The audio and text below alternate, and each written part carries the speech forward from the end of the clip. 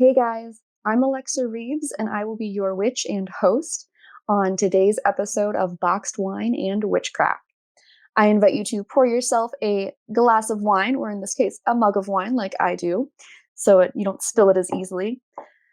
And today we are going to talk about some of our favorite tarot decks. I'm going to go over what you get when you buy a certain deck, the artist, the materials in the deck, things I like about the deck, things I don't like about the deck, a brief review of the booklet that comes with it, and really give you guys a good snapshot into how some of our readers use these decks. Today's episode, we are going to be talking about the Wild Unknown Tarot deck. This is an immensely popular deck. I received this deck as a gift from a friend of mine who wanted to look at the art, but then realized that tarot cards were intimidating. So I ended up with the deck, which I love. I'll tell you right now, even if I had not been gifted it, I still would have spent my own money and bought this deck. The Wild Unknown Tarot deck comes to us from Kim Kranz, and she created this entire deck solely in response to the fact that she found tarot decks large and intimidating, and it was really hard for her to get through all of the nuances in them. So she created an entire 78 card deck with easy to access images and colors because she wanted it to be relatable. She wanted the beginner tarot reader to pick this deck up and go, I can do this, because you can. The decks themselves, it's a gorgeous deck. I love the fact that in this entire set, you get the big box, you get the actual deck of cards, you get the book. It's a good bit of fun stuff to actually be able to purchase, which is nice.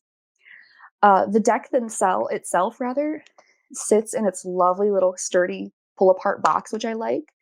Kind of helps keep the deck all in one piece, which is good. The cards themselves are super beautiful. They have this beautiful black and white snakeskin pattern as the backing of the whole deck. They are a really good low gloss, kind of sturdier, thick paper, which is nice. It's a good feel in your hand when you pick this deck of cards up. You feel like there's something in your hand to grip on, which is nice. I love the fact that all of it is done very simplistically. Like, the deck, granted, it's just a black and white. The cover of the tarot book is very simple. She's got a common theme, and I like that because you definitely can tell that all of these pieces belong together. She took a lot of time when she designed this deck. As far as the art goes in the actual deck itself, you guys, I love the art in this deck. This art style is so up my alley. It is an etchy, sketchy style of art with kind of those minimal pops of color in there.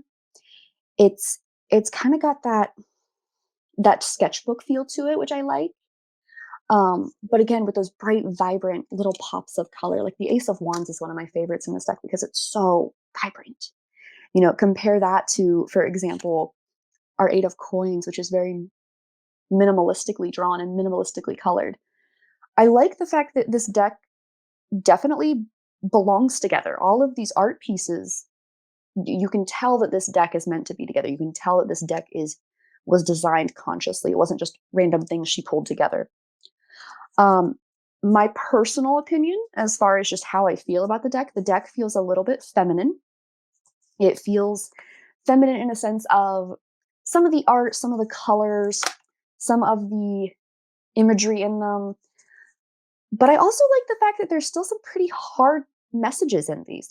These aren't just happy-go-lucky images. They're very raw, natural images, and I like that.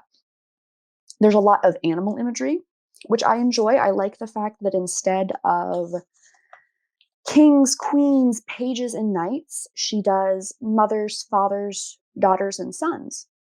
And she did that intentionally. Again, trying to make this deck accessible, trying to make this deck something that you could easily relate yourself to and could pick up on those meanings.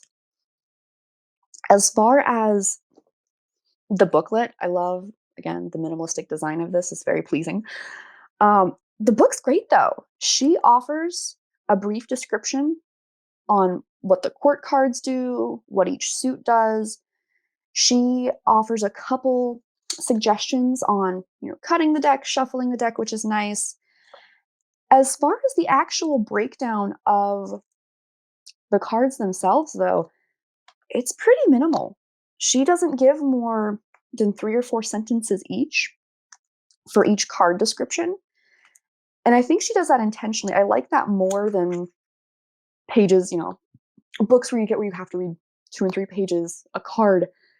She intentionally leaves it brief because she wants you to lean in. She wants you to decide your own intuitive meaning behind certain cards and certain images.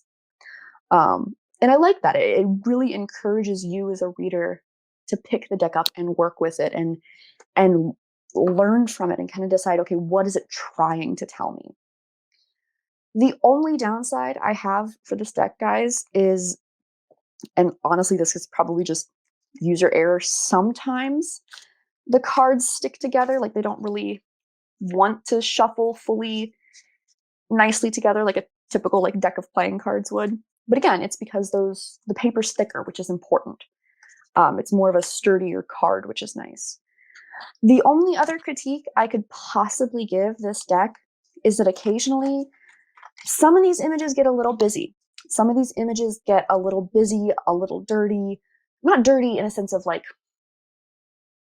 poorly done, but hectic. It's hard to kind of peel some of the layers back in them. And and that busyness on some of these cards is a little distracting. Um, more the sword suits, for example. Like there's a lot going on in these cards that kind of takes you back a little bit when you first turn it over and try to decide what to read about it. All in all, though, as I said before, had I not gotten this as a gift, I would have happily bought it myself. This is a beautiful deck of cards.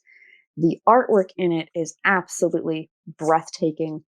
And for the quality of the work you get, as well as the actual like product you get, totally worth it. 10 out of 10.